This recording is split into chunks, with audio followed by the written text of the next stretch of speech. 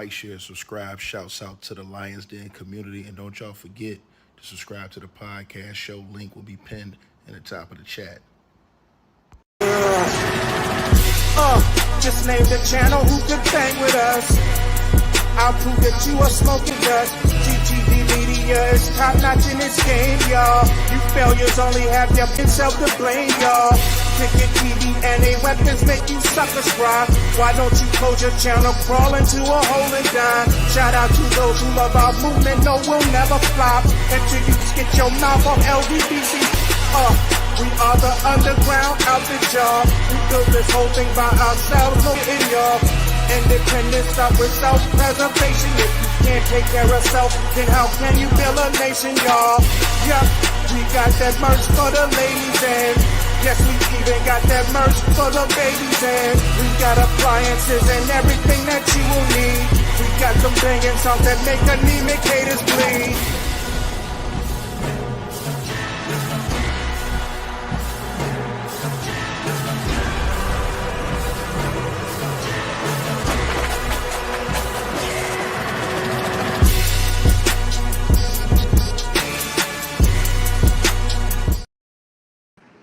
Evidence, evidence, evidence, proof. Evidence, proof, evidence. Everybody wants proof. Everybody wants evidence because these are all lies. Everybody's lying. Everybody's being untruthful. Well, today, ladies and gentlemen, I had to double back Rev Run Bubble Bath with evidence. And I've come to you with evidence today. Like, share, subscribe, ring the bell. Salute to everybody to support the channel. If you guys haven't subscribed, make sure you subscribe to this channel. When you hit the subscribe button, you'll see a bell. Hit that bell. You'll see an all button. Hit the all. You'll get all the updates on this channel. Ladies and gentlemen, I need y'all to hit the like button as y'all come on in. Press 2 if y'all can hear me in the comment section. Let me make sure y'all can hear me. That way I don't have nobody in here that can claim that they did not hear this evidence that's going to be presented to you today. So everybody can hear me? We loud and clear? I ain't going to do a shout out today. I'm going to get right to the smoke. All right? Evidence. So ladies and gentlemen, I know it's smaller, but you'll have to be able to see this evidence. Evidence was released, ladies and gentlemen. Evidence has now been released, ladies and gentlemen. As you see right here, hold on, I'm going to show you the evidence. Show y'all the evidence. Ladies and gentlemen, the prosecution, since everybody has been crying about where's the evidence? These are all accusations. Well, ladies and gentlemen, in a filing last night, while Iron Mike Tyson was fighting late into the night, in the last hour, the federal prosecutors not only dropped evidence, but exposed that Diddy's lawyers were lying about what they had received from the prosecution. And today, as I come before you humbly as I know how, I will present evidence to everything that I've been saying. Ladies and gentlemen, filed late last night by the United States District Court, Southern District of New York, versus Sean Combs, a.k.a. Puff Daddy, P. Diddy, Diddy, P. Diddy, P.D., Love. Evidence, ladies and gentlemen, signed Damian Williams, United States Attorney, Southern District of New York, 26 Federal Plaza, New York, New York, 10278. If you got a problem with this evidence, you go talk to him. Don't talk to me. Evidence, right? The government's opposition to the defendant's renewed motion for bail. Evidence is going to be presented today. Ladies and gentlemen, the table of contents, because I'm going to present this evidence for you guys. Number 1, preliminary statement. Number 2, background. A, the indictment and the defendant's arrest. B, the defendant's remand. Argument. A, applicable law. B, discussion. 1, the court should reject the defendant's attempt to reopen the bail hearing based on the same information he presented to Judge Carter. A, the defendant's rehashing of the same personal attacks he made against victim one before Judge Carter is not new information. B, the court should reject the defendant's request to reopen the bail hearing because the defendant disagrees with the government's use of terms victim, end quote. C, the defendant's contacts with the witnesses demonstrate he's a threat, the threat he poses to the integrity of these proceedings. 2, the defendant cannot rely on Section 3142 for his release. 3, the defendant poses serious risk of obstruction, danger, and flight. A, the defendant has continued his efforts to obstruct justice. B, the defendant is a danger to others. C, the defendant continues to pose a risk of flight. 4, the defendant's new proposed bail package isn't sufficient. Conclusion. Let's go with the evidence. Since they want to see evidence. You know I came with the evidence. I came to bring the pain, y'all. Outlaw to the game.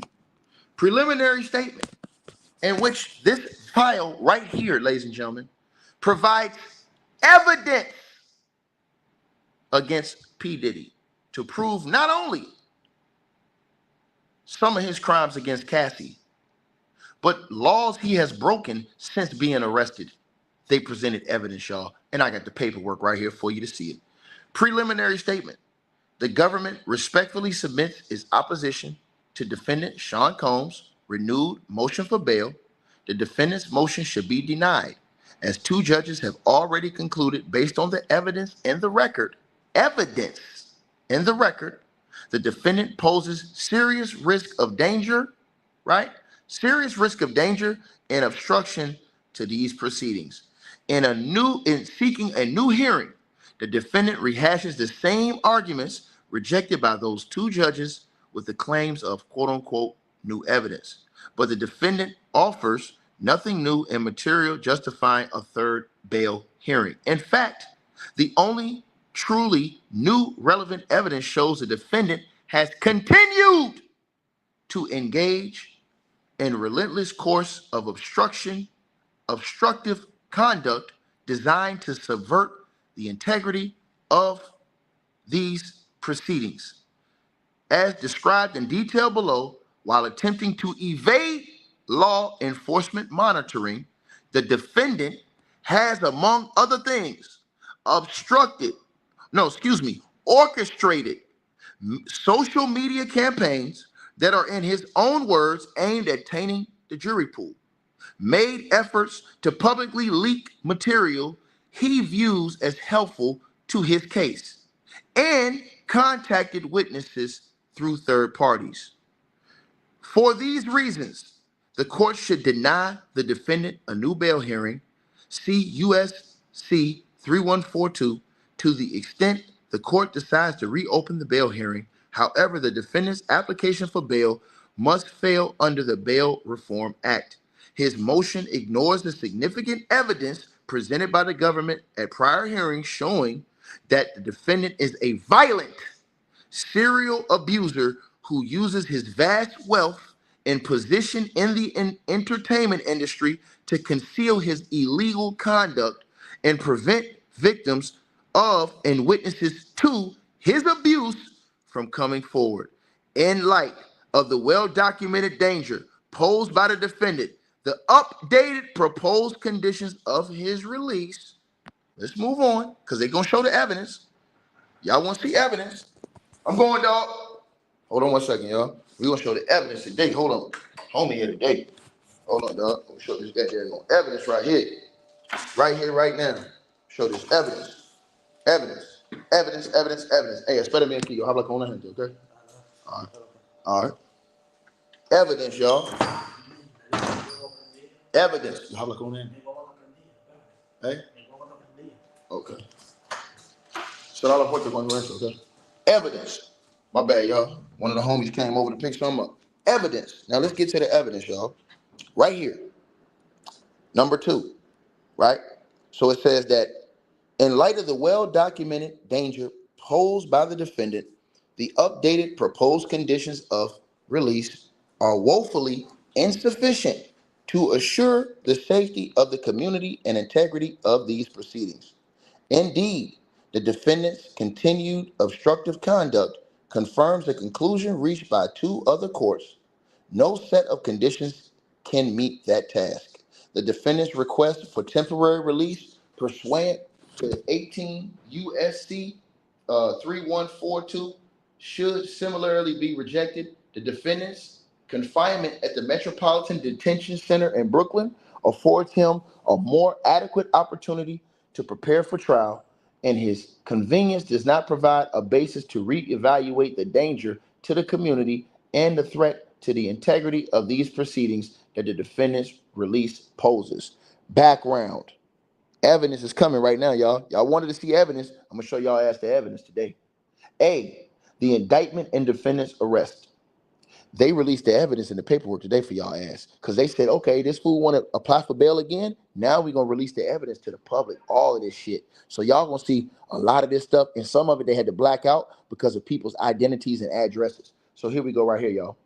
After a nearly year-long investigation, indictment 24 CR 542 was filed on September 12, 2024, charging the defendant in 3 counts of 1, racketeering conspiracy in violation of 18 USC 1962, count 1, number 2, sex trafficking in violation of 18 USC 1591, and 2, count 2, and 3, interstate transportation to engage in prostitution in violation of 18 USC 2421, and 2, count 3, as alleged in count 1, the defendant participated in racketeering conspiracy since at least 2008. Specifically, as charged in the indictment, the defendant, often assisted by other members and associates of the racketeering enterprise, engaged in sex trafficking and acts of violence, including kidnapping, arson, and physical violence, among other crimes. It goes on. As the indictment alleges, from at least 2008 to 2024, the defendant used force, threats of force, and coercion to cause women to engage in sexual activity, which included sex acts with male commercial sex workers that the defendant referred to as freak-offs. Freak-offs, which sometimes lasted days, were elaborate sex performances that the defendant directed, masturbated during, and often electronically recorded. The defendant ensured, let's keep going because they're going to show the evidence today. He ensured that the female victims participated in freak-offs through coercion and violence, including by applying female victims with controlled substances, subjecting, see, there it goes right there, y'all. We're going to show y'all the evidence today. Remember y'all asked what the baby oil and stuff was? All that stuff was? They letting y'all know what the evidence is today. Because they didn't put all this in the prior in the what you call it. They didn't show all this.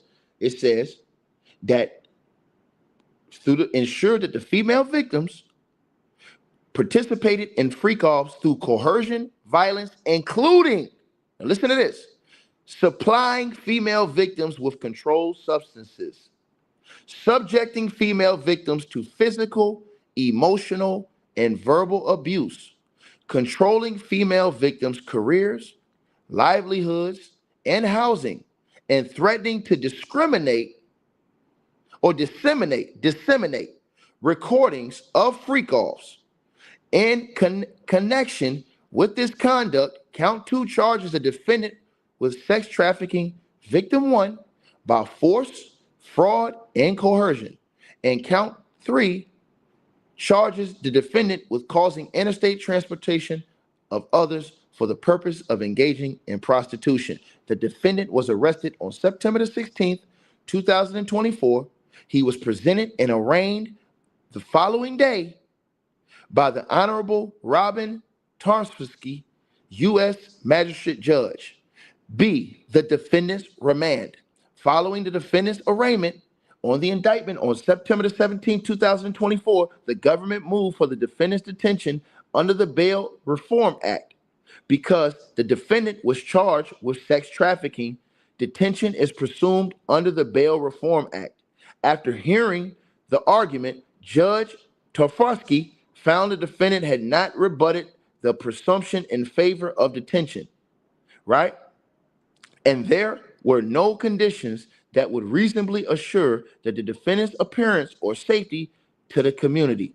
It says Judge Tarnowski emphasized the serious nature and circumstances of the charged conduct, which largely happened behind closed doors and therefore was difficult to monitor, right? Judge Tarfosky noted that indications in Combs' history and characteristics that he would present a danger to the community and dismissed as inadequate in exhortations from the defendant's counsel to trust him and his client given the defendant's drug abuse and anger issues. Judge Tarfosky highlighted that the weight of the evidence was significant given the multiple witnesses observed firsthand the defendant's violent coercion. But y'all want evidence. You're going to get evidence today because I came with heat. I came with the evidence today, y'all. The defendant appealed Judge Tarnowski's decision to Judge Carter, to whom the case was then assigned. And a bail hearing before Judge Carter proceeded on September the 18th, 2024. After a lengthy argument, Judge Carter denied the defendant bail, finding specifically that the government had proven that the defendant is a danger regarding obstruction of justice and witness tampering by clear and convincing evidence, and that the defendant is a danger to the safety of others and the community more generally by clear and convincing evidence. Although Judge Carter did not rely on risk of flight, he noted that the bail package proposed by the defense counsel was insufficient to address that risk. Ultimately, Judge Carter found that there was no condition or combination of conditions that would reasonably assure safety of a person in the community, or that the defendant would not obstruct justice or tamper with witnesses, and accordingly denied the defendant bail. The defendant was remanded to the MDC, a Bureau of Prisons, BOP facility, where he has remained in pretrial custody to the present.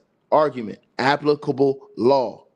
Under the Bail Reform Act, the district court has discretion to reopen a bail hearing if information comes to light that is both new and material to the detention request.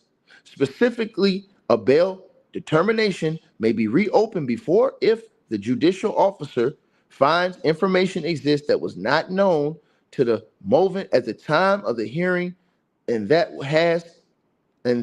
has a material bearing on the issue whether there are conditions of release that will reasonably assure the appearance of such person as required and safety of any other person in the community. However, a bail hearing should not be reopened on the basis of information that was available to the defendant at the time of the hearing. It says the courts, right, in the Second Court Circuit have found that new and material information for Section 3142F2B purposes consists of something other than a defendant's own evaluation of his character or the strength of the case against him truly change the circumstances, something expected, or a significant event. Now read this, y'all. Moreover, because a Bail Reform Act states that only a hearing may be reopened if new material information is presented, it leaves the decision to reopen the hearing to the sound discretion of the district court. Therefore, even if the defendant's argument for reopening the hearing met standard, which they do not, this court may still decide in its discretion to not reopen the hearing.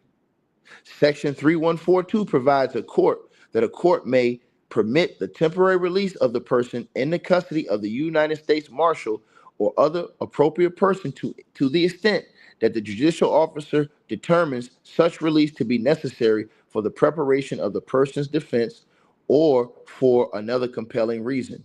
The provision has been used sparingly to permit the defendant's release where, example, he is suffering from a terminal illness or serious injury, and considering whether release is necessary for preparation of the person's defense. The Bail Reform Act simply requires that a defendant in custody be afforded reasonable opportunity for private consultation with counsel. It goes on to say pretrial detention will always interfere with the preparation for trial to some extent, but the Bail Reform Act clearly contemplates that this problem and allows for detention provided that the defendant is afforded reasonable opportunity for private consultation with counsel, consultation with counsel. It says the defendant has the burden of showing that the temporary release is necessary for the preparation of the person's defense. Now we get to the juicy part right here, y'all. Now we finna get to the juicy part right here, right? So, ladies and gentlemen, let's get to this part right here. Let me see. This is the part? No, that ain't the part. Hold on. Let's get this part right here. Discussion. The court should reject the defendant's attempt to reopen the bail hearing based on the same information he presented to Judge Carter. Now, it says the defendant's motion to reopen the bail hearing should be denied for the simple reason that he has not presented any information that was not known to him at the time of the bail hearing before Judge Carter. As set forth below, the defendant asserts that the court should consider new information relating to the defendant's relationship with victim one and his communications with various witnesses as a basis to reopen the bail hearing. But these allegedly new facts are the very same arguments made by the defense counsel and rejected by the district court previously, dressed up with recently produced discovery, because those facts were well known to the defendant before any discovery production, and because the defendant relied upon them in his prior hearing. He cannot recycle them here to revisit the sound determination made by Judge Carter that the defendant is a danger and a risk to obstruction and must be detained, right? Now, it says the defendant's rehashing of the same personal attacks he made against victim one before Judge Carter is not new information.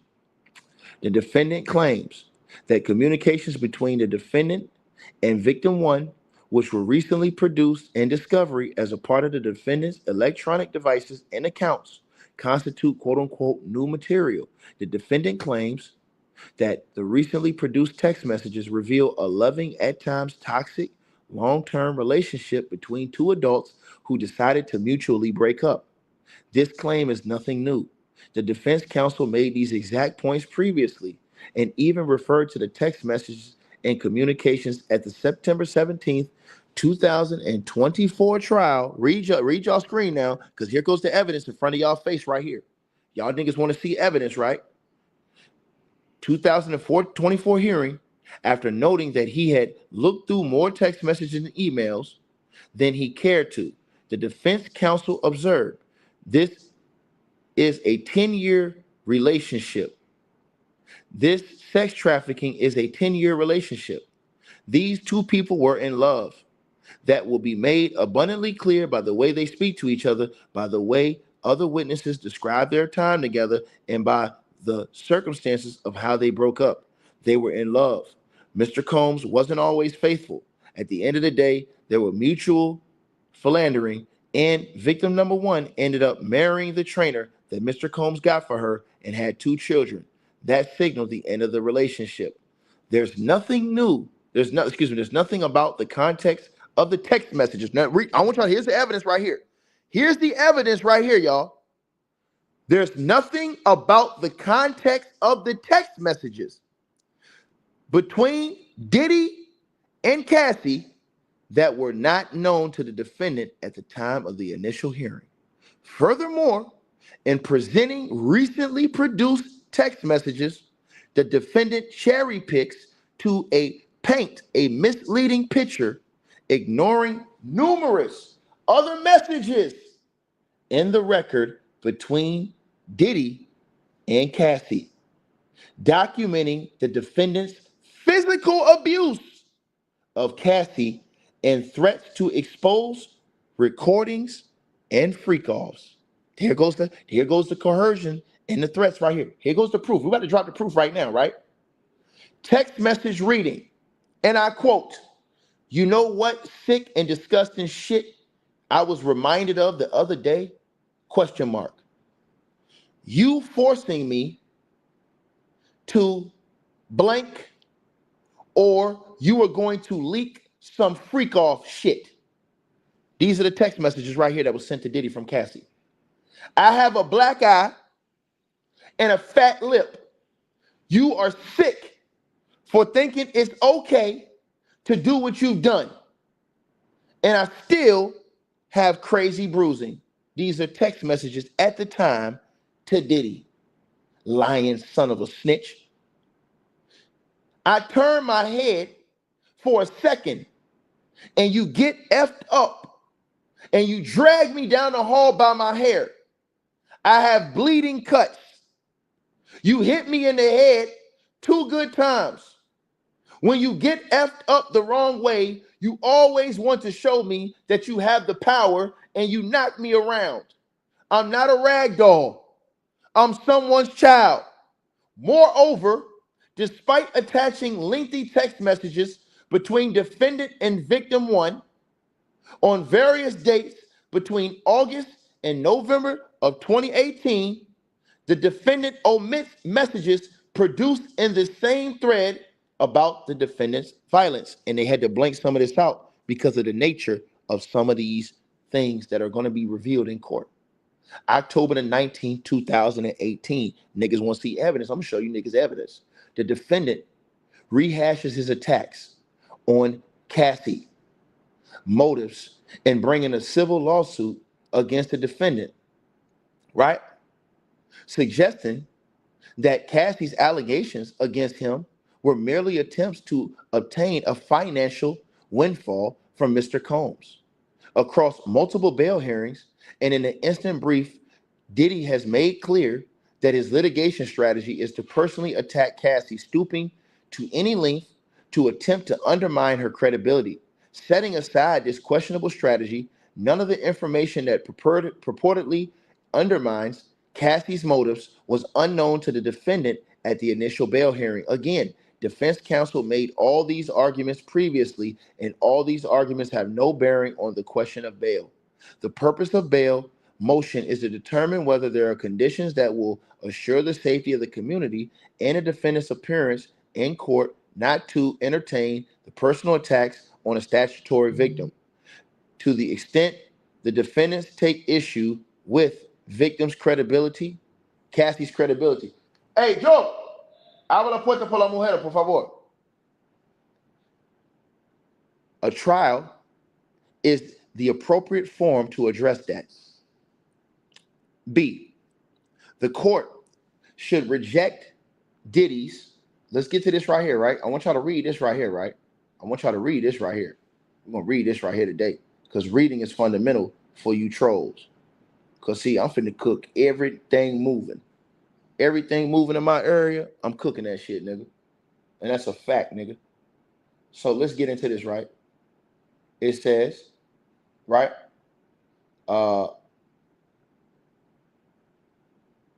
The court should reject the defendant's request to reopen the bail hearing because the defendant disagrees with the government's use of the term, quote unquote, victim.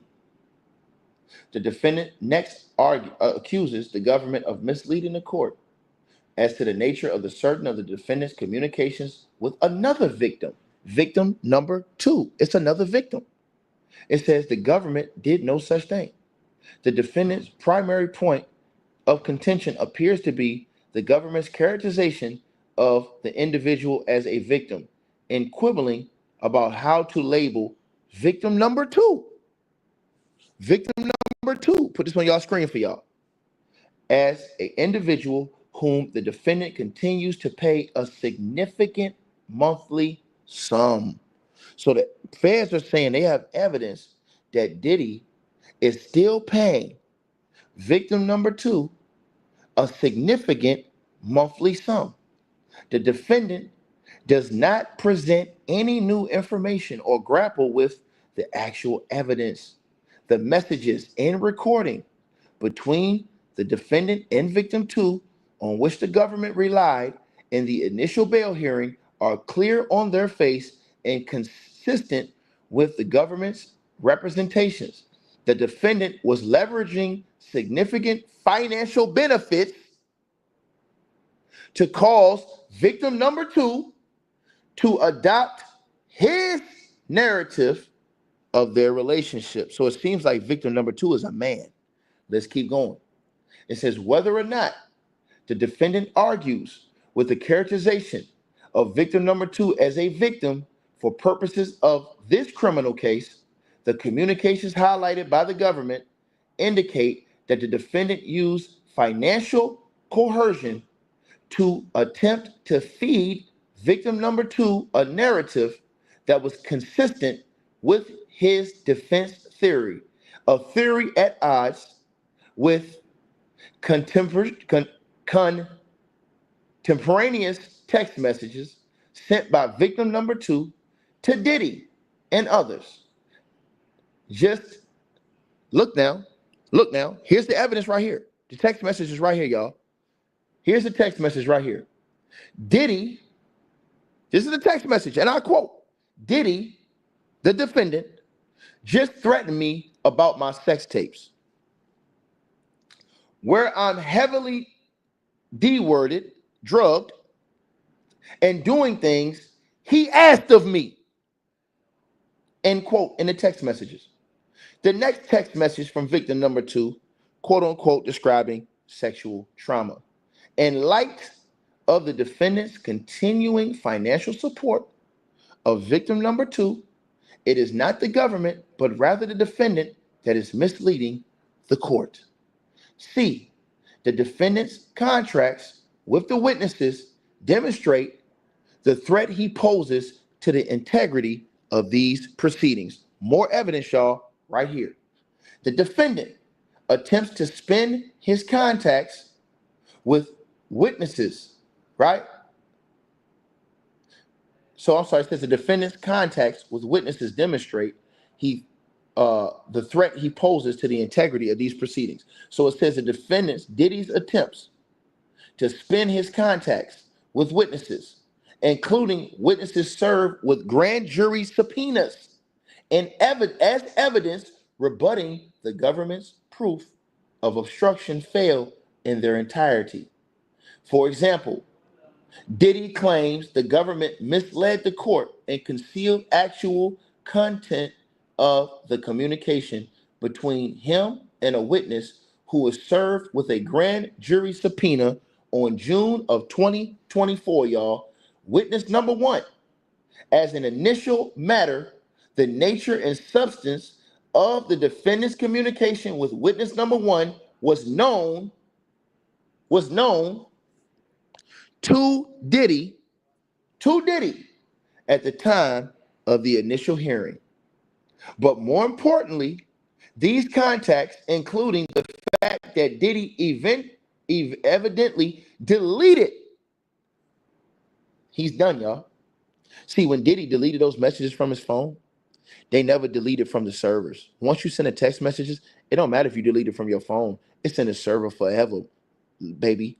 Forever, it's in the server. It says the fact that Diddy evidently deleted the messages from his phone confirmed the government's proffer at the initial hearing and refute statements made by Diddy's defense counsel. Specifically, phone records show that between the end of 2022 and January of 2024, witness number 1 occasionally contacted Diddy by phone without any response from Diddy. That changed in June of 2024. Witness number 1 was served with a grand jury subpoena on June 19th, 2024, and after contacting the government, was appointed counsel on June 25, 2024. Beginning on June 26, 2024, Only after witness number one had been served with a grand jury subpoena and had a counsel, a lawyer, the defendant, Diddy, initiated contact with witness number one, which the defendant, Diddy, attempted to obscure by initially calling witness number one's wife and later communicating with witness number one over a VoIP service, sneaky bastard, including by text and a call lasting over 7 minutes. They got his ass. The following day, phone records indicate that witness number one spoke with counsel for Diddy. Even though witness number one was represented by his own counsel, right? Right? He and the defendant continued to directly exchange text messages, him and Diddy, and the defense counsel also spoke directly with witness number one again on July the 8th, 2024. Following witness number one's testimony in the grand jury on July the 25th, 2024, Diddy called and texted the witness again. These are all facts. They have evidence, and they've shown the evidence right here what Diddy did. The defendant's, Diddy's repeated contact with witness number one, despite his apparent knowledge that the witness number one was represented by counsel and had received a grand jury subpoena, undermines the defense counsel's previous demand or his previous denials of the defendant's interference in the government's grand jury investigation and shows that the counsel cannot stop the defendant from contacting grand jury witnesses. This concern is amplified by the evidence indicating that the defendant appears to have deleted his messages with witness number one. Although phone records confirm that the defendant, using a particular phone number and a witness one, exchanged multiple text messages from June 2024 to August 2024, there were no such text messages recovered from the defendant's cell phone associated with that phone number. Check this out, y'all. It gets deeper. Witness number two. They're showing y'all the proof that this SOB tampered with witnesses. And not only that, he lied to y'all about Cassie. They have proof that that nigga beat Cassie ass and that Cassie told him she was tired of getting her ass whooped by that hoe ass nigga. But let's keep going. Witness number two. The defendant also claims, Diddy also claims that the defendant's contacts in September 2024 with an individual represented by a lawyer counsel who wanted to make a public statement. Witness number two were not in any way obstructive because the defendant and witness number two were previously in frequent contact. So Diddy's lawyers, let me explain this to the dumb, deaf, and blind, were saying that witness number two, oh, it's not tampering because, you know what I'm saying, we weren't trying to be obstructive from him making a public statement because the second witness wanted to make a public statement. But Diddy's lawyers got in contact with this, and Diddy got in contact with this second witness. It says, however, the contact between Diddy and the second witness, who were bandmates, stopped in March of 2024. Read this now. It says, and from the timeline in the context of the defendant's contacts with witness number two, it is clear when the defendant reinitiated contact with witness number two was in September of 2024.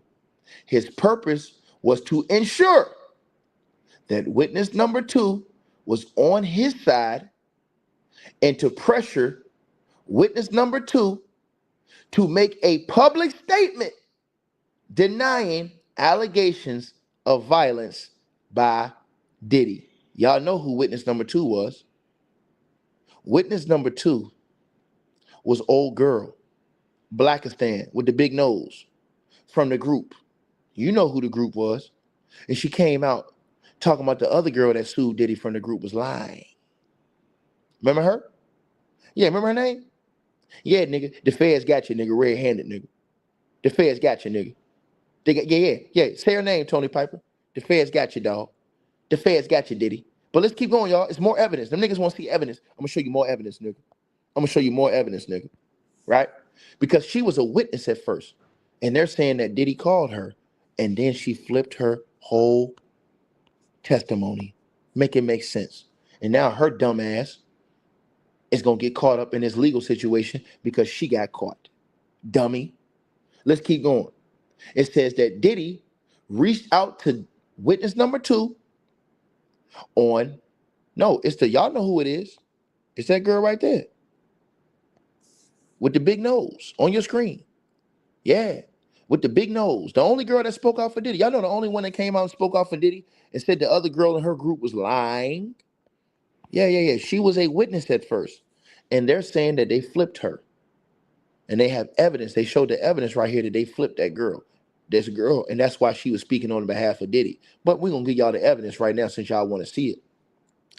It says that Diddy reached out to witness number 2 on September the 11th, 2024, and sent her a copy of the lawsuit against Diddy in which witness number 2's name was mentioned several times.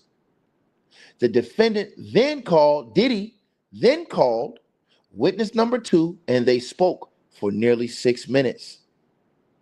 After reading the lawsuit, witness number 2 called the defendant back. Diddy's an idiot. They had his phones tapped. Dumbass nigga. They had Diddy's phones tapped and heard the whole conversation. It said after reading that, heard the lawsuit, witness number 2 called Diddy back after she read the lawsuit at his request, and they spoke for over 4 minutes. So they said Diddy in the phone call requested her to call him back. She called him back. It said evidently Diddy and the witness discussed it. The witness, number 2, drafting a statement as immediately after the call, the defendant, Diddy, told witness number 2 in a text message, and they blacked it out, y'all, because they're going to show it in court when they bury his ass. It says the defendant then asked the witness number 2 for her attorney's name. From September 11th, 2024 through September the 15th, 2024, Diddy and witness number 2 exchanged multiple text messages and had multiple phone calls. At least 128 calls in total. Throughout these phone contacts, Diddy reportedly asked witness number 2 when she planned to post her statement.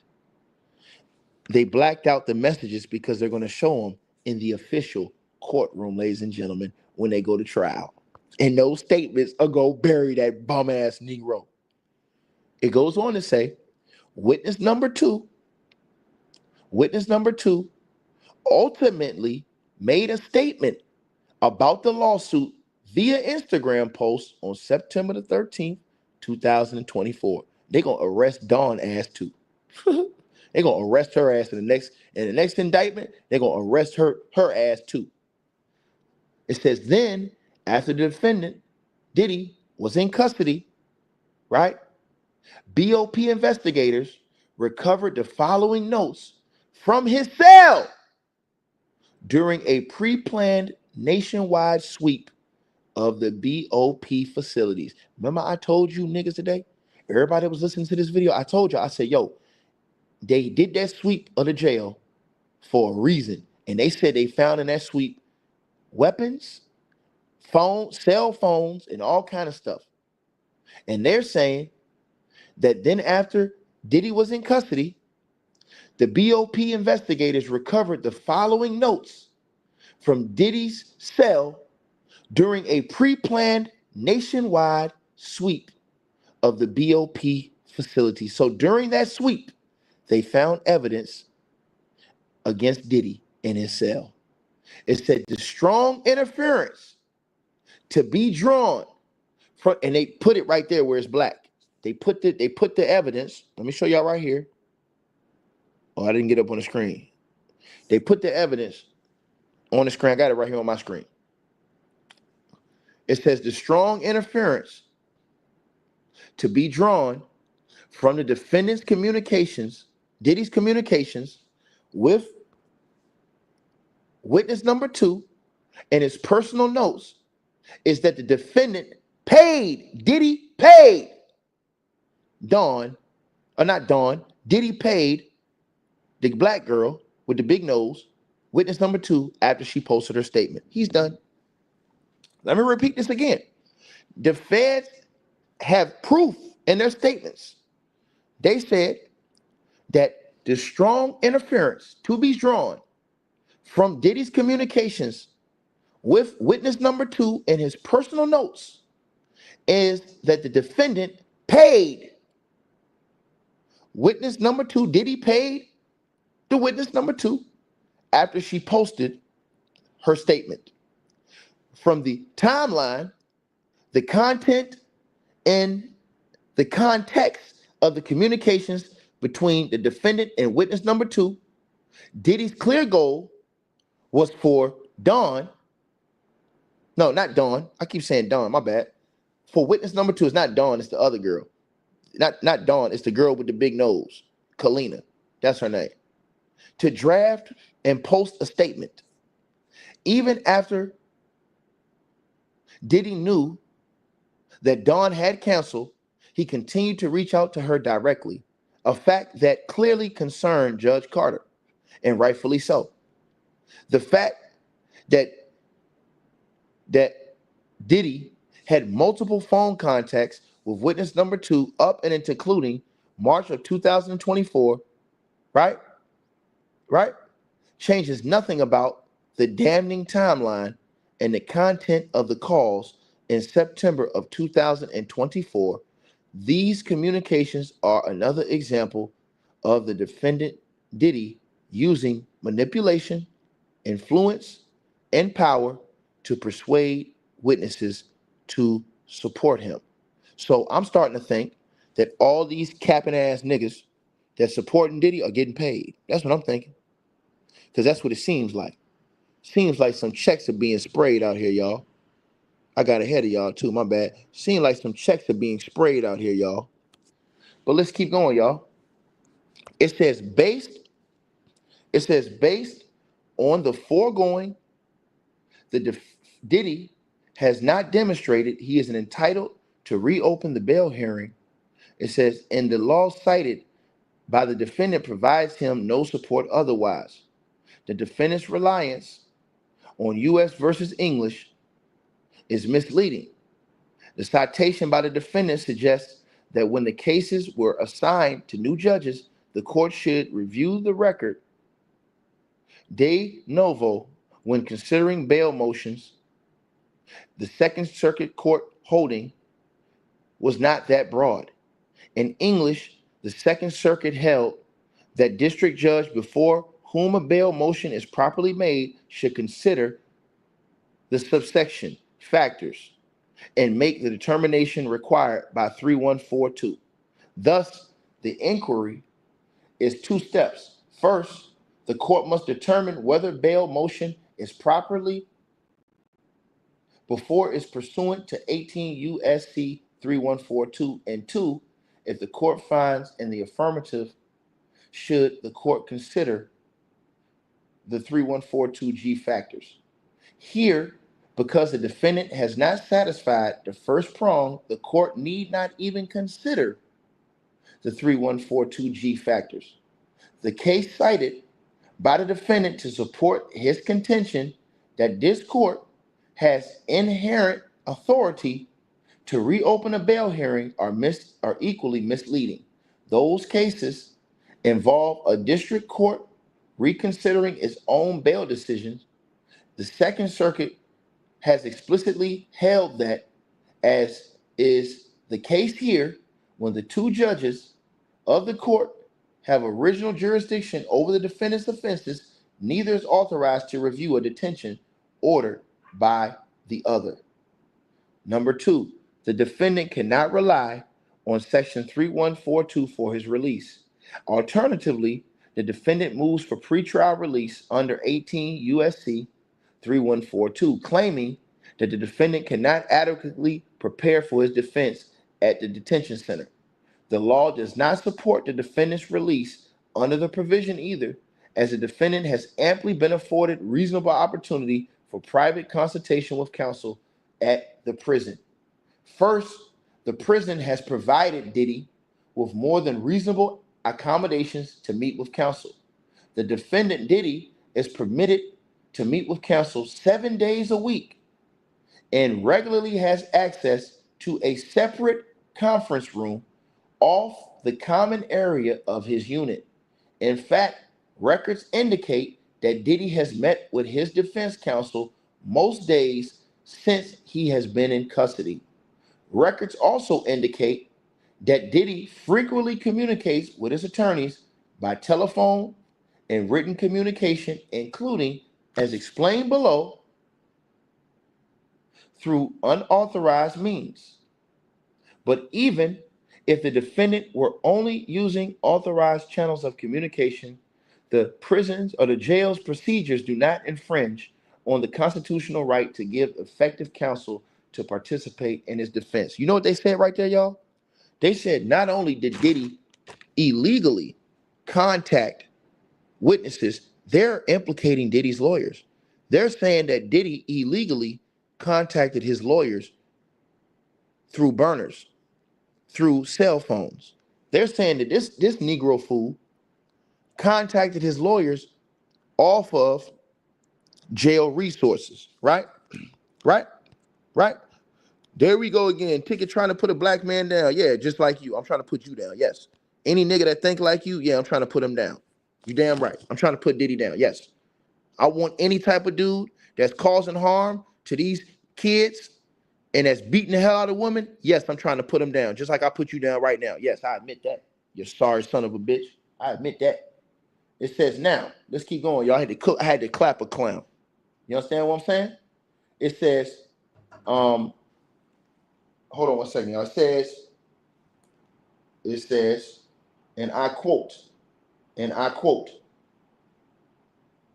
see, hold on, I'm gonna tell y'all something. This is the type of scum that you guys get over here. This is the type of scum that y'all get in the channel. These dudes, they let y'all know that they down with the play. That's what they let y'all know. These buffoons, they let y'all know that they down with the foolishness. See, this is why they make all kind of arguments for this guy. They let y'all know. Okay. They let y'all know. Joe! Voy a ver si hablan afuera. Diga que yo voy un segundo, mi amigo. Sí, tranquila, mi amor. Yo lo llamo, ¿qué pasa? Tranquilo, mi amor, yo lo pide. Mira, tú quieres ver la célula, mira la célula ahí.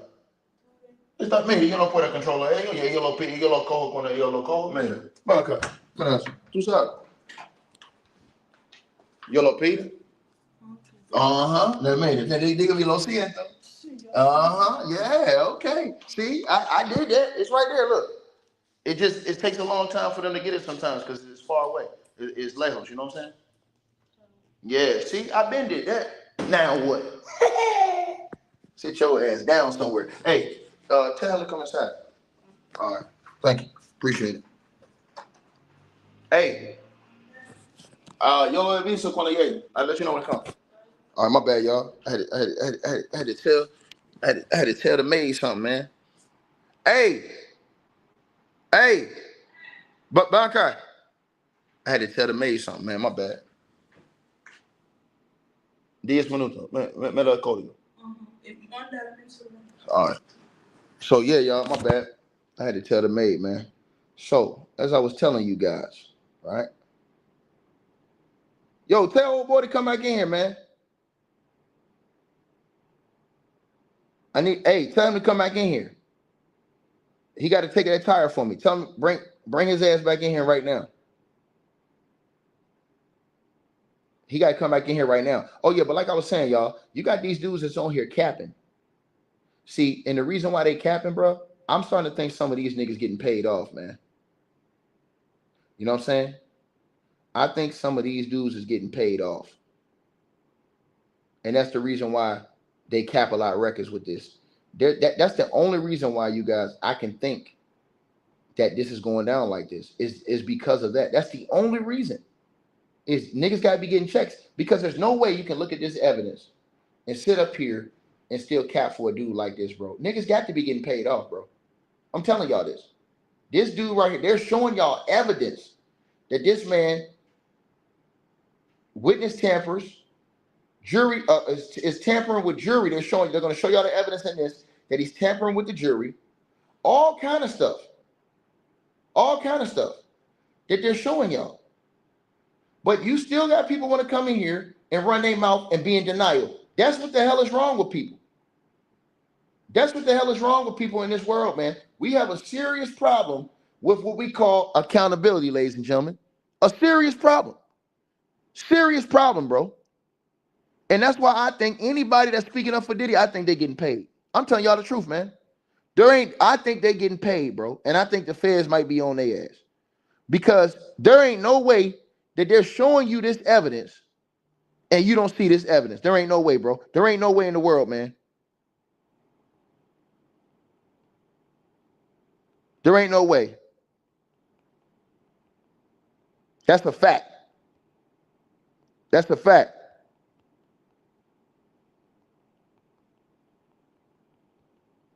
And I'm just telling y'all what the real is. But let's finish with this lawsuit, since I had to get that capping ass dude out of here. Because them dudes is trolls. Them dudes is trolls, right? But I don't never see him in here saying, when we talk about the white dudes that's committing crimes, I never hear him saying, hey man, you trying to tear a white man down. I ain't never hear him say that. Now shut your ass up, fool. And like I said before, the cap is over with, y'all. The days of the cap is over with, right? So let's keep going, y'all. It says that records indicate that Diddy frequently communicates with his attorney by telephone and written communication, including explained below, through unauthorized means. So they're saying that Diddy illegally has used unauthorized means to contact his lawyers. You know why? Because he probably wanted to say some shit to them off the record. He didn't want it to be recorded, what he was saying to them, so that it can't be used against him. So he thought, well, let my dumb ass go through third-party motions. The man ain't got no brains. The man ain't got no brains. He ain't got no brains. This is a dummy in full plain view. So it goes on to say, right? It says that holding pretrial detention conditions, which include solitary confinement, restricted phone access, and a chair to review discovery more comfortably, were reasonably related to the defendant's specific security concerns and did not impermissibly infringe the defendant's ability to prepare his own defense. Second, defense counsel's proposal that the defendant must be released in order to prepare his defense is inconsistent with the Bail Reform Act, which contemplates that courts will weigh dangerous and risk of flight against Diddy's opportunity to prepare for trial. In this case, the significant danger that the defendant poses weighed against the opportunities the MDC has provided the defendant to meet privately with his attorneys clearly counsels in favor of the defendant's continued detention. It says pretrial detention will always interfere with preparation for trial to some extent. But the Bail Reform Act clearly contemplates this problem and allows for detention provided that the defendant is afforded reasonable opportunity to private consultation with his counsel. Next on the screen.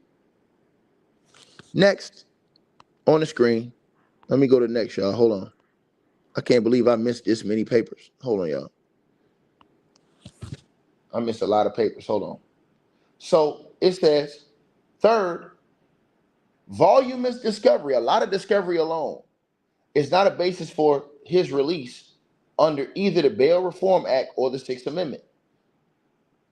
Diddy does not point to any case law suggesting the discovery of the kind produced in this case requires his release under 18 USC 3142I, nor can he, with this fraud case may in fact be complicated and require Diddy to review hundreds, if not thousands, of documents and meet with his lawyers for dozens of hours. That fact standing alone simply does not justify Diddy's release.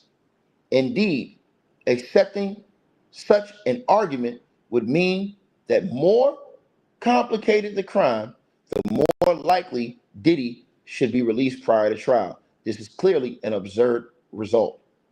It said the Bail Reform Act does not mandate Diddy's release, even if the review of discovery would be more convenient outside of the Metro Detention Center.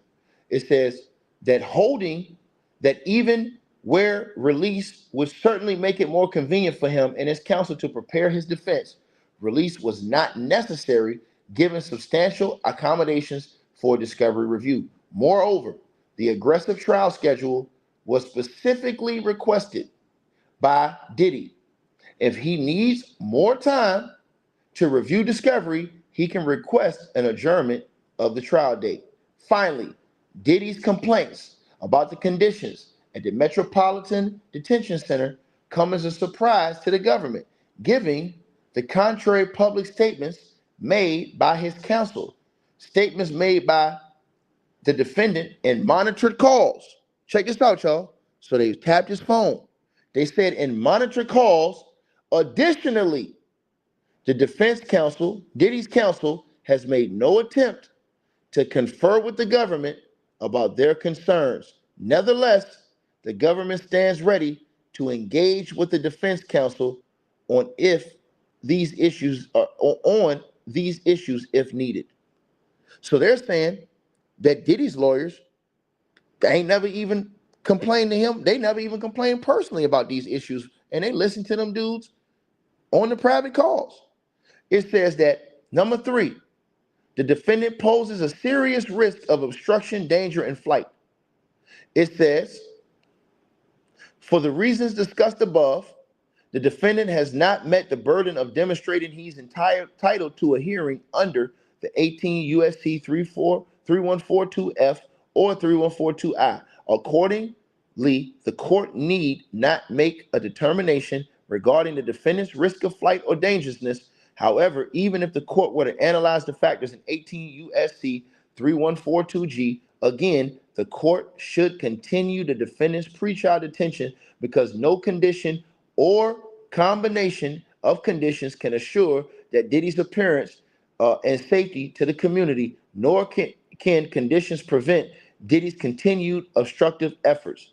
The incorporated submissions and arguments presented to Judge Tomaspi and Judge Carter amply support those findings.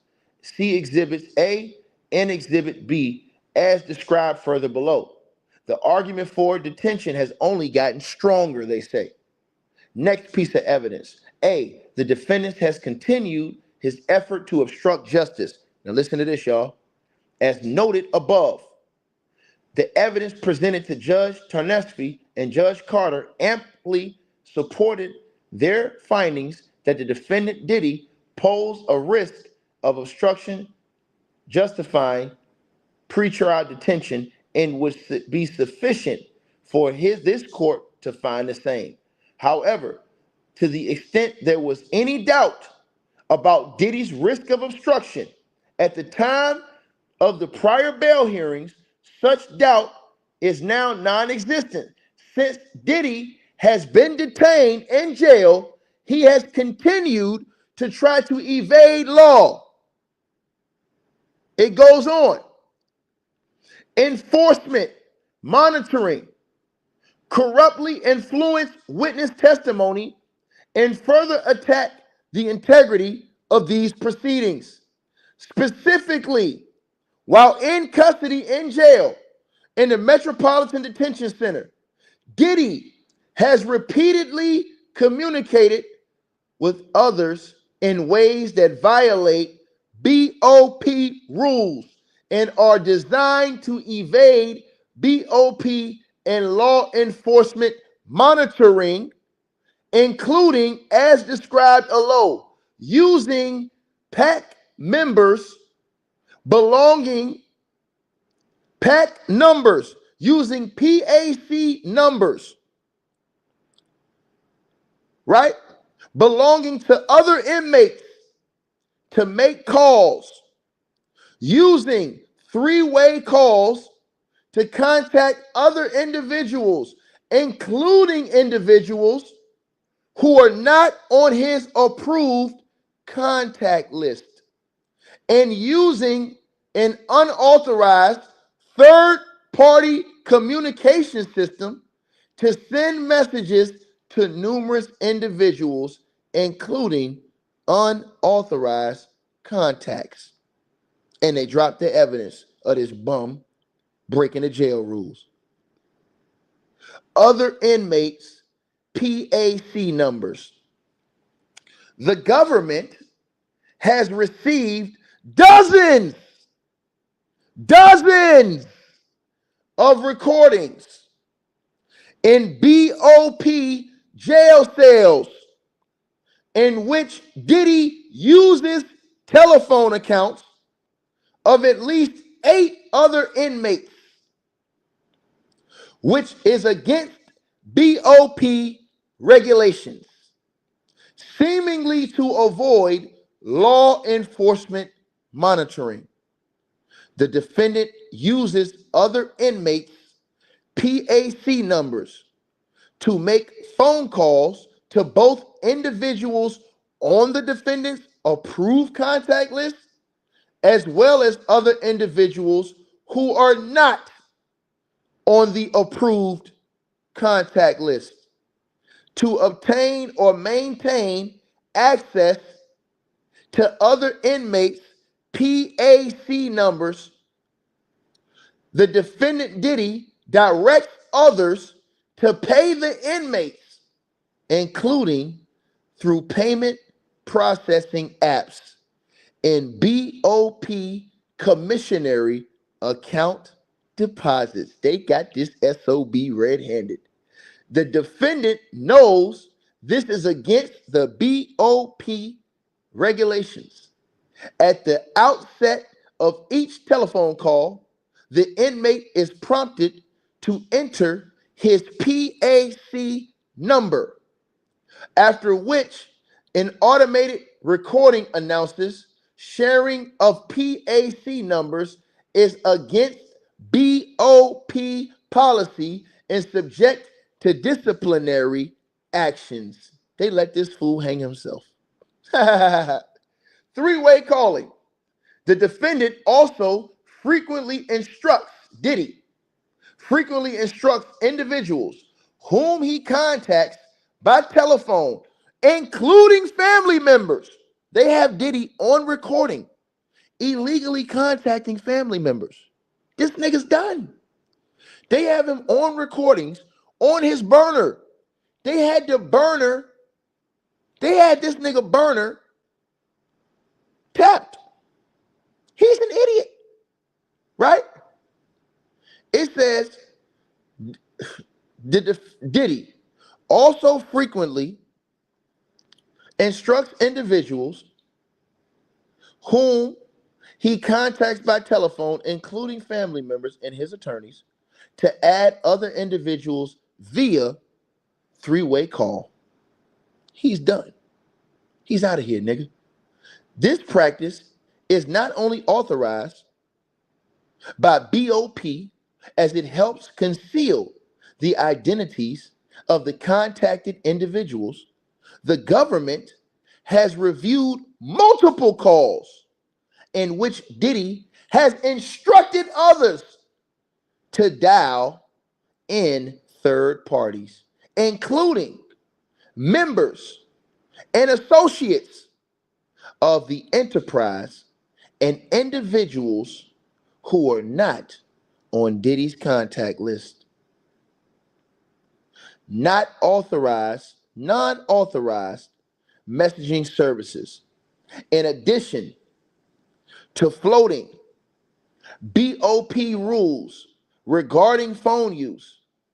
The defendant Diddy also uses non-authorized third-party messaging service called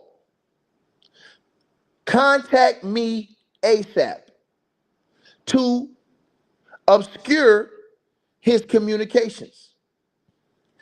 Diddy appears to be using two Contact Me ASAP accounts. First, Diddy's BOP contact list includes a particular email address, which will go by email number 1, assigned to Diddy's dumb ass son. I said it. Got his ass on the burner.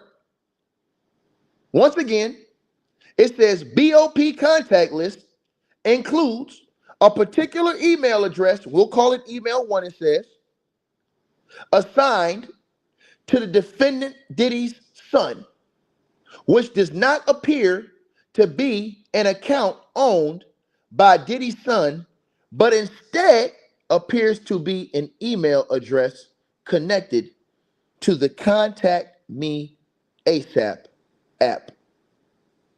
Second, Diddy appears to be using another inmate's Contact Me ASAP app account, primarily using email number 1, which is his son.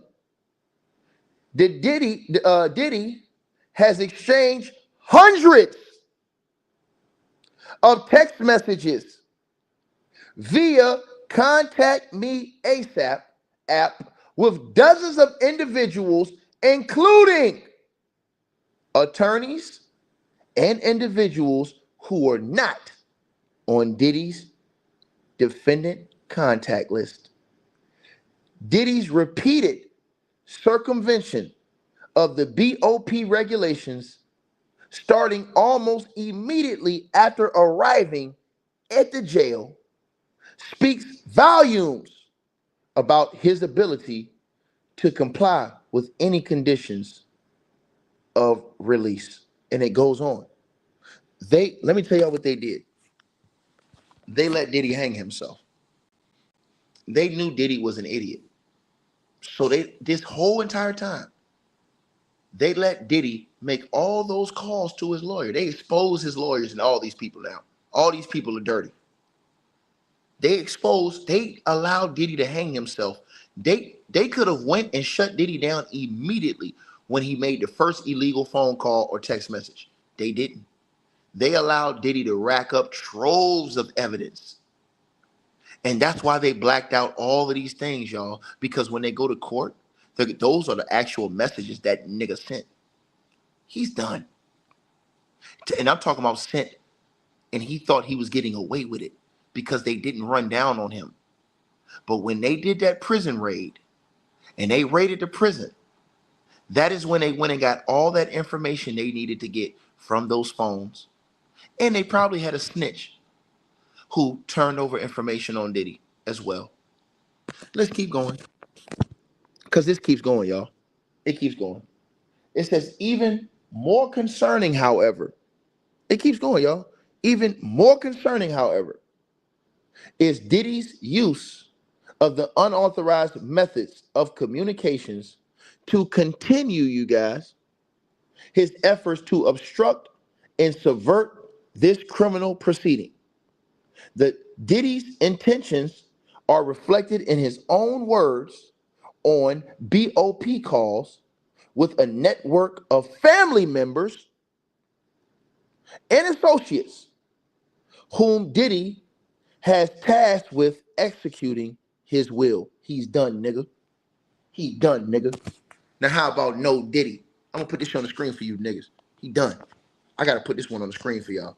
He done. What was that? Number 23? That was number 23 right there? I gotta put that. Where I seen that at? Oh man, I ain't put that on this phone. Right here. It's over with, y'all. Let me repeat myself again. They have Diddy committing crimes on the phone with his sons and his family. It's over with. It says it right here. They got the evidence right. I got it right here on my screen. I got it right here on my screen from where I'm reading it, because I'm reading it from a bigger computer screen. It says, once again, it says Diddy's intentions are reflected in his own words. They got that nigga on tape in jail on BOP calls with a network of his family members and associates whom Diddy has tasked with executing his will on multiple calls, often using the PAC numbers of other inmates. Diddy is explicit about his intention to use public statements to alter public perception and blank. I can't read that part on YouTube. I can't read that part. Ladies and gentlemen, Diddy's gone. If I read this part right here, he's done. Them niggas got that nigga. Hey, bro, listen. And y'all wonder why Ray J was scared to say something, nigga? Y'all wonder why these niggas scared? Y'all wonder why they ran down on Ray J, nigga? Y'all wonder why? They got this nigga on tape. Now, all them niggas that been defending this nigga, they got the evidence, nigga. What the nigga gonna say now? Got the nigga on evidence, nigga. Then nigga want to see evidence. Niggas said they want. I can't believe none of these people. They all lying. I gotta see evidence. They said not only, and I can't read that other part on YouTube, but y'all know what that means. That means adios forever. They said on multiple calls, also using the PAC numbers of other inmates, Diddy is explicit about his intention to use public statements to alter the public perception and blank, blank, blank, blank, blank. The defendant Diddy leaves no doubt that the narrative he wants to blank is the potential jury pool's perception of this criminal proceeding. Example of these efforts are plentiful, and they blacked it out, as y'all see on y'all screen, because they will show it in court. They will show this evidence in court. Also, the ones that they will show, that I can say right here on YouTube safely, I can say this on YouTube safely.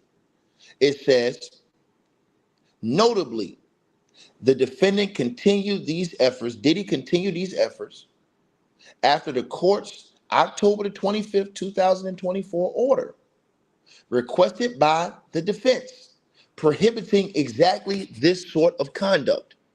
After the court entered the order, Diddy enlisted family members to plan and execute a social media campaign around his birthday with the intention of influencing potential jury in the criminal proceeding.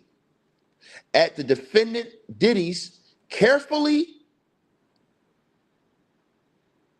curated direction, the defendant's Diddy's children posted a video to their respective social media accounts showing Diddy's children gathered to celebrate his birthday. Diddy, from within the jail, then monitored the analytics, audience engagement, and explicitly discussed with his family how to ensure that the video had his desired effect on potential jury members in this case. And the messages are displayed, but they're blacked out, and they will read those messages in court. And I can't read these messages right here. I see. I ain't gonna read those in court. Can't read those right here. Black them out. Can't read those messages right here for y'all. It's too graphic, y'all. But it goes on to say that besides flagrantly violating the court's October the 25th, 2024 order prohibiting this kind of interference with a fair trial, Diddy's own words make clear that his intent is to improperly influence the jury pool in this criminal proceeding. Diddy does not stop there. During other calls, Diddy makes it clear his intention to anonymously publish information that he thinks will help his defense in this case. Also, it says, and it shows the evidence, but I can't read that here. I just can't read that part on YouTube. Y'all gonna have to wait to let them say it in court. I can't say it here. It says Diddy's efforts to anonymously leak video favorable to his defense in this case show that he is using his so-called quote unquote public relations strategy to influence this criminal case. The defendant Diddy's efforts to obstruct the integrity of this proceeding also includes relentless efforts to contact potential witnesses, including victims of his abuse, who could provide powerful testimony against him. They said that they have evidence of recordings presented right here, and it's blacked out on your screen. Y'all reading that right there with me on this page. It's blacked out on your screen. The part that's blacked out is actual quotes from Diddy's phone conversations. This nigga's done. Dunzo, nigga. Did I tell you niggas? No Diddy, nigga. Did I tell y'all niggas that nigga's a ho-ho? Try to tell y'all this. Nigga ain't gonna listen to me. They ain't gonna get mad. I'm gonna take, nah, nigga. This nigga's a clown. This nigga's a clown. And they let the nigga hang himself. Nigga, how you go to jail, nigga? And think you gonna beat the system in jail when they got the feds on you, nigga? And your son's talking, nigga. They gonna lock all their asses up on a superseding indictment. They gonna lock their ass up. So read what it says on y'all screen. Right here. It said the defendant efforts to obstruct the integrity of this proceeding also includes relentless efforts to contact potential witnesses, including victims of his abuse, who could provide powerful testimony against him. For example, y'all are reading this on y'all screen right there. October the 4th, 2024, a call involving Diddy and one of his adult sons. Diddy says, and they blacked it out what that nigga said because they're going to show it in court. You niggas still want to see evidence? Y'all niggas still want to see evidence? It provides the clear interference that Diddy goals is to blackmail victims and witnesses either into silence or providing testimony helpful to his defense. Read up there. The defendant is a danger to others. In addition to failing to meaningfully contend with the ongoing risk of destruction the defendant Diddy poses, he also spends no time addressing the significant acts of physical violence that the government highlighted at the initial hearing, which led Judge Carter to conclude that the defendant Diddy is a danger to the safety of others in the community, more generally, by clear and convincing evidence. Indeed, as the record before this court makes clear, Diddy's long history of violence demonstrates his dangerousness. Moreover, contrary to the defendant's claim that the evidence is quote unquote thin, evidence supporting the defendant's long history of abuse, including witness testimony communications, photos, photos, videos. Look at all this shit they say they got on this nigga. Photos, videos, police reports, and other materials demonstrates the strength of the government's case against Diddy, a factor considered by the court under 18 USC 3142. As charged in the indictment, Diddy has engaged in physical, sexual, and emotional abuse for years of his romantic partners for years. Diddy also engaged in acts of violence directed towards his employees and many others, including,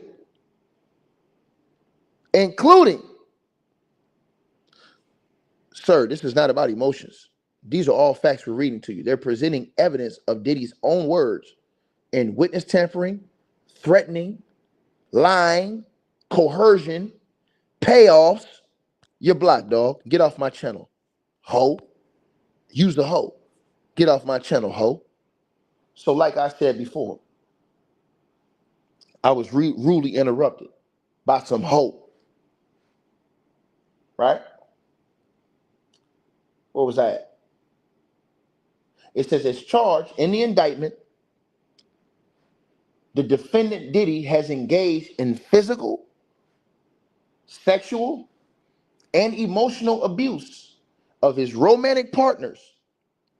Diddy also engaged in acts of violence directed towards his employees and many others, including kidnapping, arson, and physical violence, such as throwing objects at people, throwing people to the ground, and hitting, kicking, dragging, choking, stomping on, and shoving others. Multiple witnesses, including Diddy's employees and others, observed and or experienced Diddy's violence firsthand.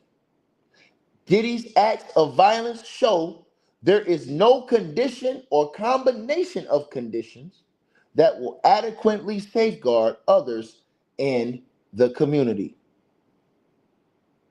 The danger, I think, is quite serious. There have been weapons around. There has been significant violence.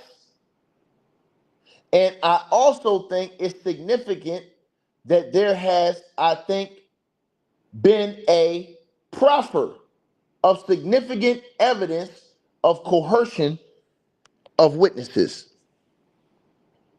September the 18th, 2024. Smash the like button, y'all. We should have well over 2,000 likes. I also find that the government has proven the defendant is a danger to the safety of others and the community more generally by clear and convincing evidence, said the judge.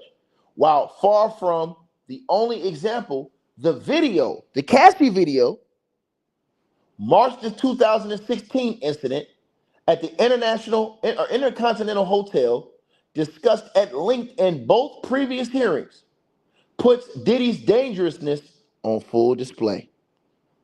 Although defense counsel conceded that the incident was relevant to Judge Carter's determination of dangerousness, the defendant fails to address it with respect to the present motion.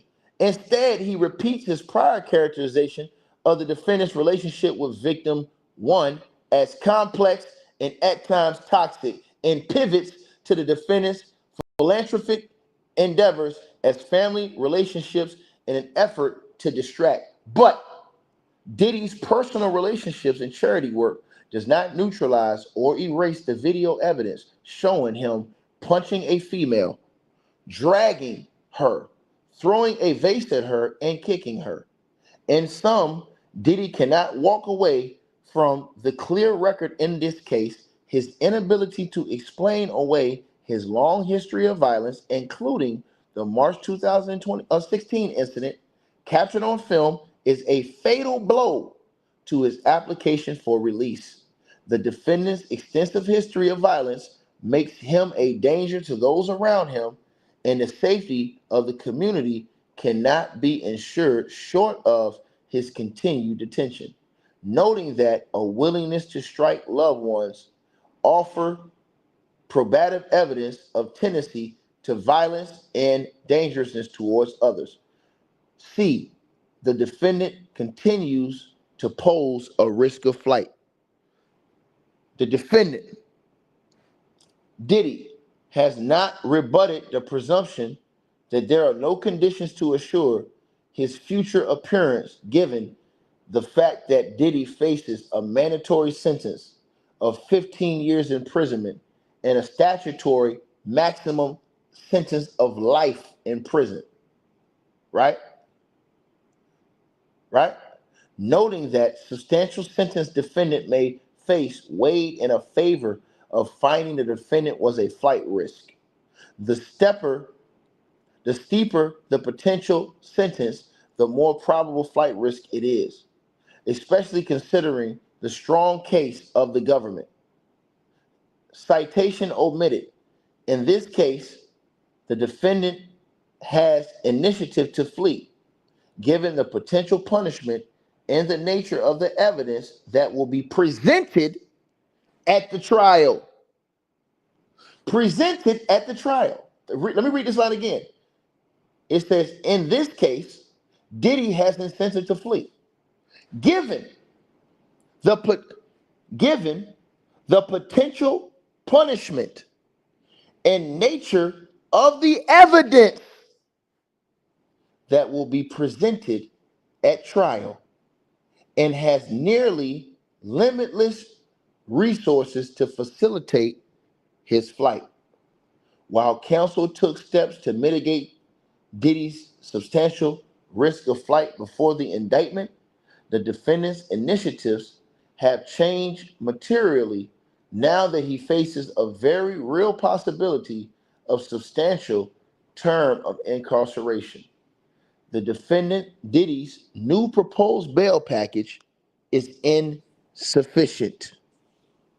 It says, in the face of significant evidence that Diddy poses a risk of obstruction, a danger to the community, and a risk of non-appearance, Diddy's proposed updated bail package is woefully insufficient.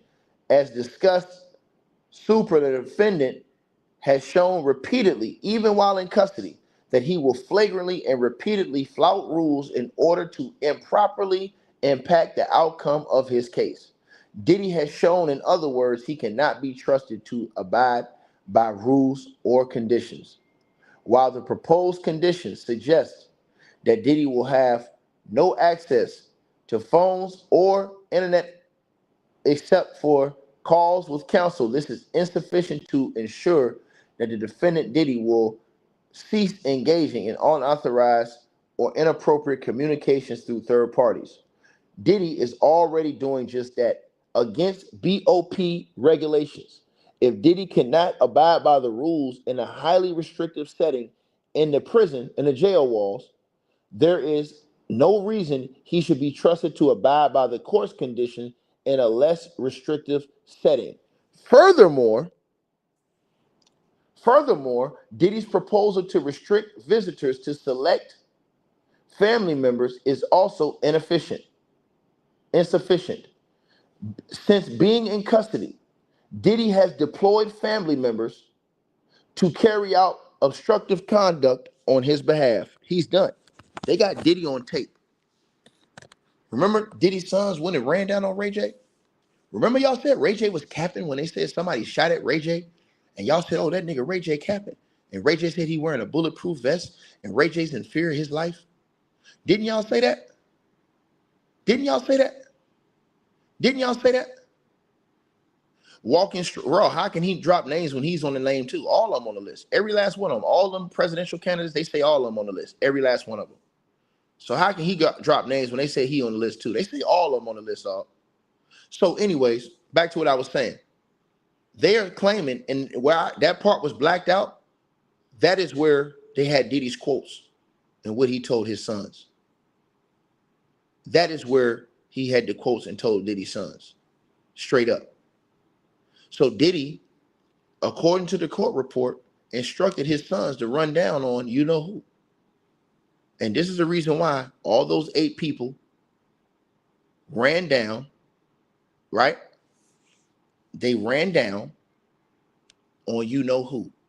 And y'all now wonder, y'all thought Ray J was capping when Ray J said he got shot at. Y'all said Ray J was capping when they said Ray J got shot at.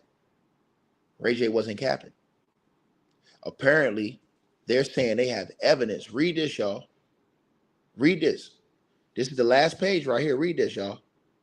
It says, furthermore, Diddy's proposal to restrict viewers to select family members is also insufficient. Since being in custody, Diddy has deployed family members to carry out obstructive conduct on his behalf. You know what that means? His son's gonna get locked up soon. They're gonna go arrest his sons on the superseding indictment. All them niggas going to jail. Every last one of them dumbass niggas going to jail. And y'all niggas thought the feds wasn't watching? The feds knew Diddy sent that shit, nigga. And they got it right here in the paperwork, nigga. Because Diddy, dumbass, didn't think they was listening because he was using different call apps through burners. Through burners. Through burners. Give me 5 minutes. Go on. Pet it.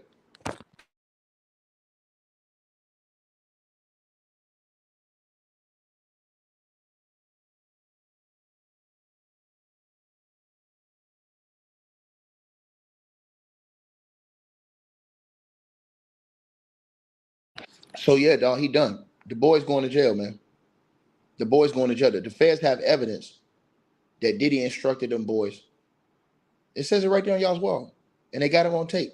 How the feds let Diddy set himself up? This dumbass nigga thought because he wasn't talking on the jail phone that they wasn't gonna be recording him or find out what he did. Nigga, they can find out what you did on any phone. Once they get the phone, nigga, that's why they did the sweep, nigga.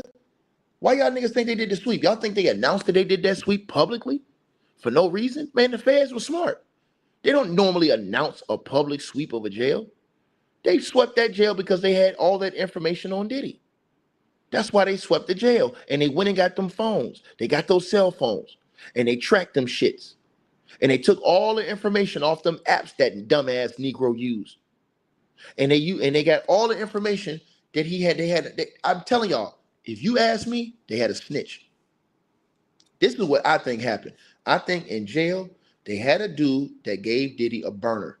I'm talking about a phone that not only was a burner, a throwaway, but they gave him a phone that was being tapped. I believe this is how the feds got that phone tapped. I believe the feds got that phone tapped because they used the inside man, which is, I think, the feds used a snitch or they used an undercover. One or the other. Either they used an undercover or they used a snitch.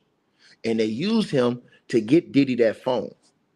And that's how they recorded Diddy's phone conversations. And that's how, when they went and did the sweep, they got all that information from those apps and they knew exactly where to get the information to find out how Diddy was talking to his sons.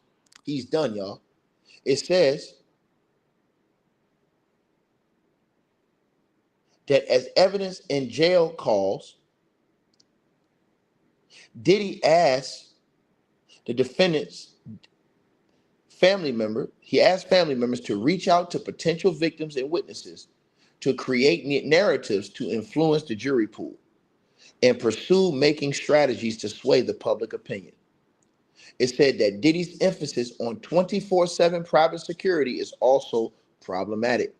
Diddy has demonstrated an uncanny ability to get others to do his bidding, employees, family members, and prison jail inmates and alike. They're saying that Diddy got jail inmates to do his bidding. It also says, check this out, y'all. It also says that there is no reason to believe that private security personnel would be immune. The Bail Reform Act does not permit a two-tiered bail system in which defendants of lesser means are detained pending trial, while wealthy defendants are released to self-funded private jails. It says this court is troubled by the possibility of allowing wealthy defendants to buy their way out by constructing a private bail. It goes on to say, at any rate, the defendant's private jail proposal, at best, elaborately replicates a detention facility without the confidence of security which, as such, a facility instills. Moreover, the second court circuit has expressed decried attempts like Diddy's to pay his way out of detention. Diddy's updated proposal simply does not alleviate the risk of danger obstructing in flight, particularly in the light of the Diddy's inability to comply with the BOP regulations, as his efforts to engage in obstructive conduct, even while subject to monitoring in the MDC jail. Diddy's done. So basically, you guys, the evidence I showed you guys today is that P. Diddy, they have evidence that P. Diddy not only used his sons and ordered his sons to go do what they did to that boy, run down on old boy. They said Diddy ordered all that. And not only that, they have the evidence. They showed the actual messages, but they blacked out the messages because if it makes it to court on next Friday, they're going to read it in court next Friday, the actual messages that was blacked out. And they said Diddy also instructed family members and people close to him to execute. I can't say that on YouTube, but they told him to do. He told them to do different things. I'm just gonna say it like that. And they recorded Diddy. Diddy didn't think he was being recorded because it was from a burner phone, like a phone that was snuck into jail. So he didn't think he was being recorded, and he was using a third-party app. All this time, they said this was since. Think about this, y'all. They said Diddy started doing this since he went to jail. They let Diddy get away with that all this time because they were just monitoring him. So the feds were always one step ahead of Diddy. That's why he was denied bail all those times too. The feds were always a step ahead of Diddy. And then, remember, they publicly announced that they did that jail raid. They publicly announced that they did their raid in the jail, right? Reason why they did that raid is because now it was time to go get the evidence on Diddy that they had compiled up. Remember, I told you, the feds will let you burn yourself for a long time. This fool set up in jail and hung himself, and his sons too, and his family, and anybody else who was on those calls with Diddy, they're done. They're done because they're gonna figure out who Diddy ordered to do what. And they said Diddy been out here paying people to speak up positive for him. So now I understand why niggas is capping out. Maybe I understand. Because Diddy needs anybody in the media that's going to speak up for him to speak up for him. So they said they got proof that Diddy's out here cutting checks to niggas. Now I'm waiting for when we get to court so they show that money trail, because that's going to be hilarious to find out who Diddy exactly paid. They already said Diddy paid the one girl